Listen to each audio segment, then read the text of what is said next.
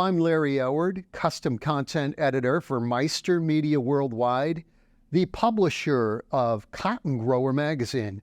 I'd like to welcome George Huckabay, the Southern Technical Sales Agronomist for Vive Crop Protection, a company that uses precision chemistry to develop products and technologies to increase grower return on investment, efficiency, and sustainability. George is going to answer some questions about what challenges cotton growers can expect to face in 2024 and how they can deal with them. Hey, Larry, thanks for having me on today. I appreciate it. George, what challenges can cotton growers expect to face in 2024? Well, Larry, there are a lot of challenges. There's probably more challenges this year than there has been in a while. Some of the perennial challenges they have are commodity prices that are all dictated by the supply and demand throughout the world.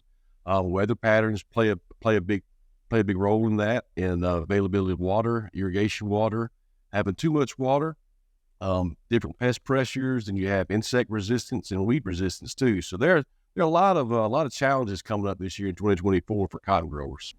How can cotton growers protect their crops against early season pests?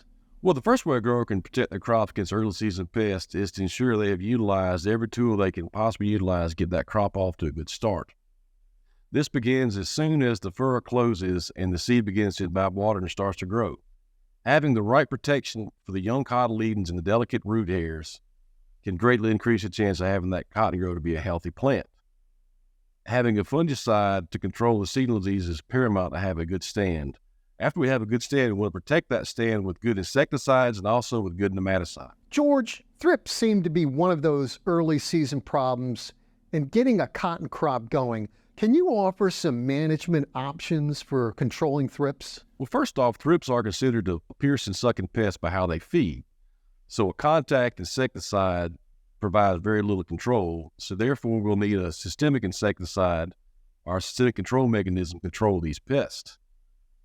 Systemic seed treatments have been around for a while to provide pretty good options for a grower, and they're easy. A new technology that has recently emerged is Bayer's Thrive On technology. This is a transgenic trait that was originally developed for plant bugs, but has also been found to control thrips too. Preliminary data has shown very good promise in controlling thrips in cotton. Lastly is in-furrow insecticides that are also systemic type insecticides that provide the same benefit as seed treatments, but also have the flexibility for the grower for higher rates and placing it in and around the seed where it's needed the most. Regarding nematodes, how can cotton growers determine if they have nematode problems, and what can they do?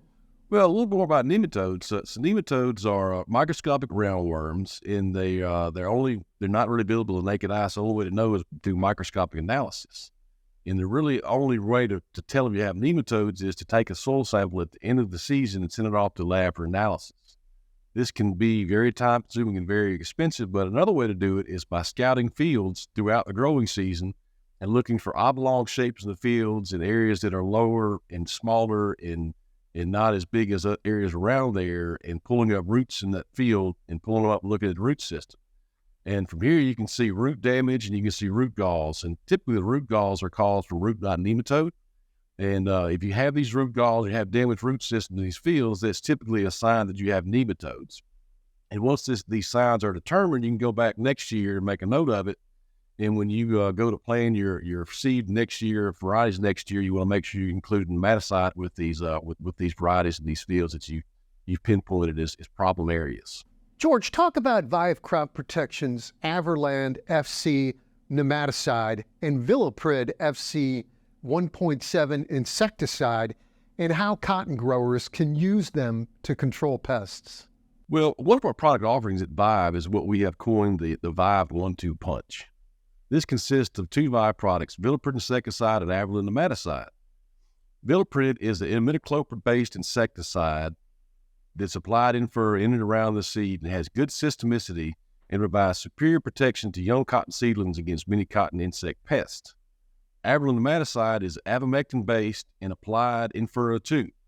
Abamectin nematicides have been around for a while and show really good control for nematodes in furrow. Applying these two in furrow ensures the grower is getting the best rate at the right place for his crop. George, where can cotton growers go to learn more about Vive's products? Well, Larry, the best place would be is to go to our website. It's vivecrop.com/cotton. And here you can find information and contact information to contact Vive's regional sales managers who would love to help you fight thrips and nematodes in your cotton crop. George, thank you for taking the time to provide cotton growers with this pertinent information about thrip and nematode control. Well, thanks, Larry. Thanks for having me on today. I surely appreciate it.